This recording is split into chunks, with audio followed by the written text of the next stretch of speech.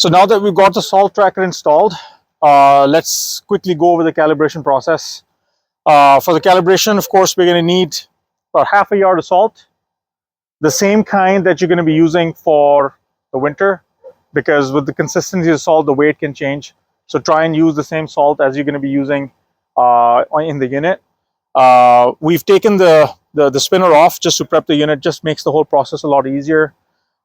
Any bucket, broom, tarp, whatever you need to be able to catch the salt. We also have a slight platform here for our scale and the scale itself. Now, once that is done, what we want to do is we want to run the unit for a little bit with the gate set to the height that it is supposed to be. Very important. Set the gate to the height it's supposed to be at the height that you typically salt. The system allows you to do multiple gate heights. We highly recommend not doing a lot of gate heights, but stick with one. But if you got to do multiple, the process is the same. But prior to the start of the calibration, set your gate height, take a picture of it, measure it, and make sure that your operators set it to the same gate height every time they're salting, or else the numbers are going to be off. It's very, very important. Once that's done, you're going to run the salter for a little bit, just for a few seconds, to make sure that the salt coming out of the unit is consistent, because once you load it, it takes a little bit for the unit for the salt to start flowing consistently. Once that is done, we want to go in, put the unit into calibration mode, and start the calibration process. So let's go inside and put the unit into calibration mode.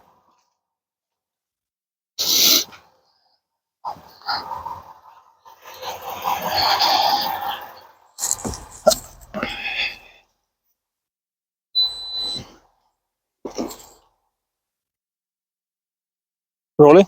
Yeah. Okay. So to start the calibration process, we're going to go into the settings, which is the gear icon, granular calibration, select granular 0, 0, 1, 2, 3. These are the different gate heights. We're going to select 0 for now. And then we're going to do a full calibration. Set your gate height. As we discussed, gate height's important. Make sure you've set your gate height the way it's supposed to be. Now we want to run the spreader for a little bit to make sure that the material flow is consistent.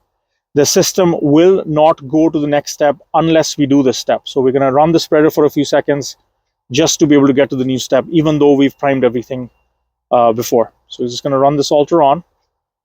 And there we go. So that's done. So now we can turn the salter off. Proceed to step 3.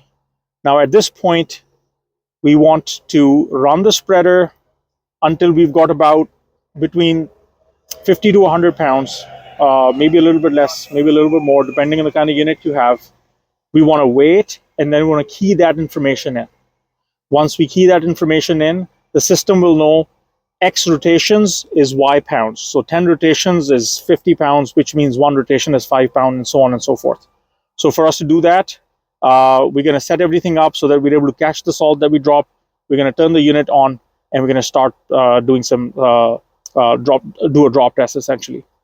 Pause. Okay, perfect. All right.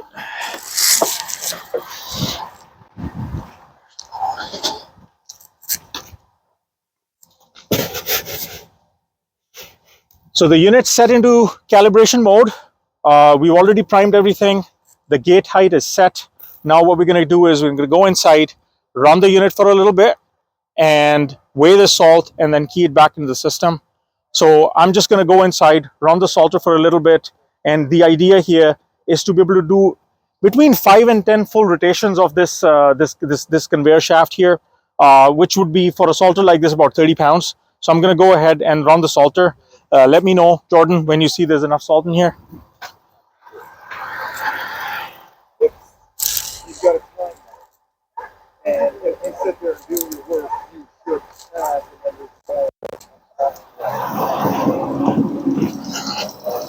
So we're just running the salter now. The speed at which you run this does not really matter because we are counting the rotations. One rotation is one rotation, regardless of whether it's at a slow speed or a high speed.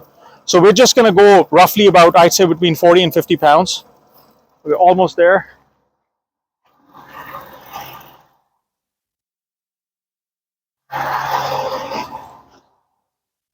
Now that this step is done, we should go ahead and measure or weigh how much salt we have dispensed.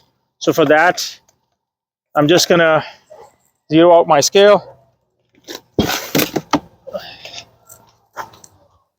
This bucket is roughly 5 pounds.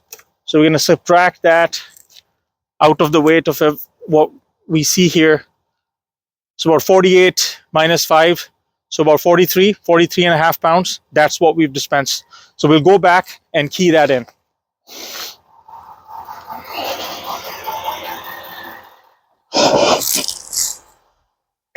So if you look at the display here, it's showing me an approximate weight based on a previous calibration, which of course is not correct.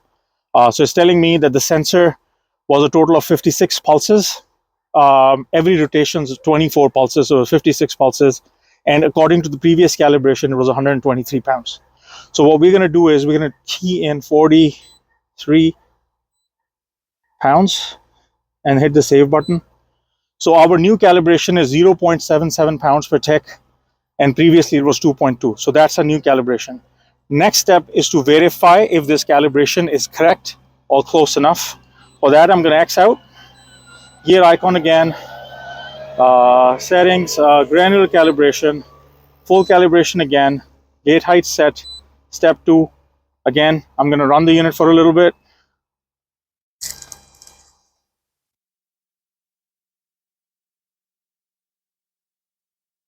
That's good. Now I'm going to set my bucket up again, and we're going to do another drop test. All right. So we've got the system set up again. The bucket's empty, and it's ready for the next drop test. We're going to turn the unit on again. As we can see, the pulses start going up. And we want to do roughly the same amount of pulses that we did before. So about 50. And then the weight that we see here is the new weight according to the new calibration that we did before. That should be good.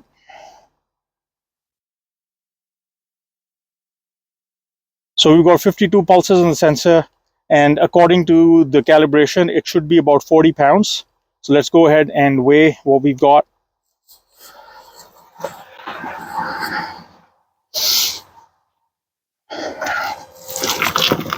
So the scale's zeroed out already, and we know that this here is 5 pounds. So you subtract 5 out of 45.9, you're left with about 41 pounds. So I guess we're pretty close as far as calibration goes. So if you're within 5%, you're fine. So this was a good example of calibration. Now, in the event that this number was drastically off, say it was 50 or 60 or 70, what you would do is you would key 70 in and then do the process again.